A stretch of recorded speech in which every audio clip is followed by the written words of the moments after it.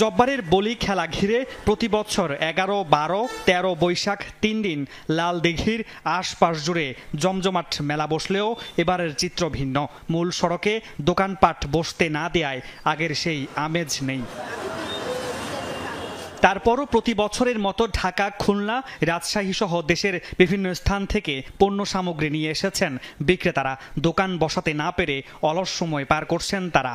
বহুত কষ্ট করে আসছি, আমরা চেষ্টা করছি মেলা করতাম, মেলা করতে পারি না। হাজার হাজার দোকানদার, আমরা একদম অসহায়ত্ববোধের মতো আছি, কারোর কাছে গাড়ি ভাড়াও নাই। অন্যান্য বছর অনেক ভালো, এই বছর কিচ্ছু হয় নাই। আইসা বিপদে পড়ে গেছি। আমাদের আজকে 1 সপ্তাহ যাবত এই রাস্তায় থাকি, রাস্তায় খাই। খেলা হবে মেলা হবে না, এরকম একটা পরিস্থিতি আগে থেকে ডিক্লার দেয় নাই।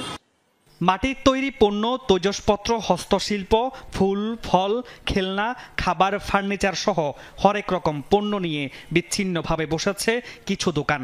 প্রতি বছর এই বৈশাখী মেলার অপেক্ষায় থাকেন ক্রেতারা।